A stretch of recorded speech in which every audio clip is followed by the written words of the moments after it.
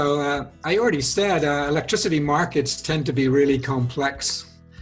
And in the US particularly, where there's a lot of different types of entities involved, some public, some private, and so on. And so the market structure and operations and regulation for operation of the power sector are always really complex. There was a lot of restructuring of the industry that took place in the 1990s and has continued into the 2000s. I already mentioned the opportunities for independent generators to enter the market, and that's fairly true everywhere. Many places have some kind of retail competition as well, where you can choose who you buy your electricity from. It's nearly always going to be delivered by your local utility, which owns the wires, but you can actually be buying the electricity from someone else who's buying it elsewhere and feeding it into the wires.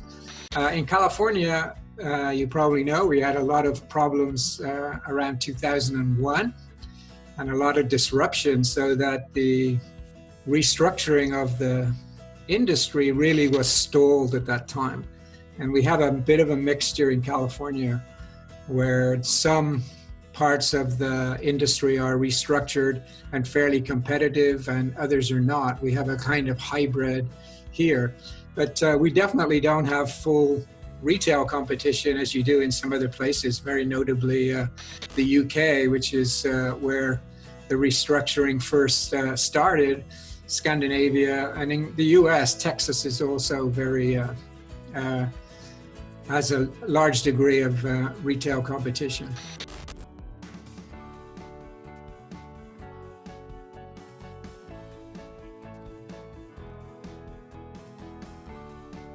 So microgrid research is pretty new. Microgrids, as we think of them now, started really around the turn of the century.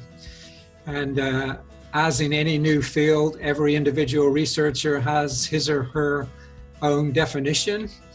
But many of them really have two characteristics. And the US Department of Energy definition has them. It's a very widely used one.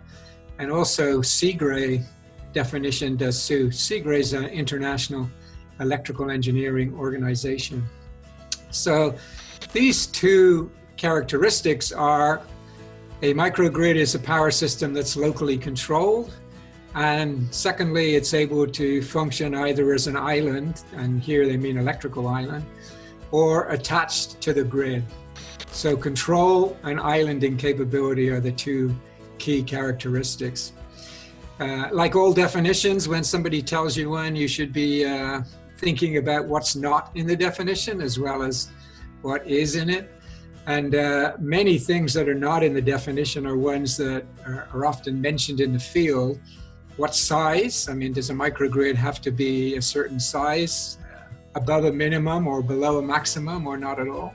And those definitions from DOE and CGRE don't mention any size. It says nothing about the technology. It doesn't say microgrid has renewable generation. It could be any kind of generation. And in fact, the spark or the seed for many microgrids is in fact a combined heat and power system, which is already a kind of dispersed generation. It doesn't say anything about the business model, who owns these resources. Says nothing about who operates them.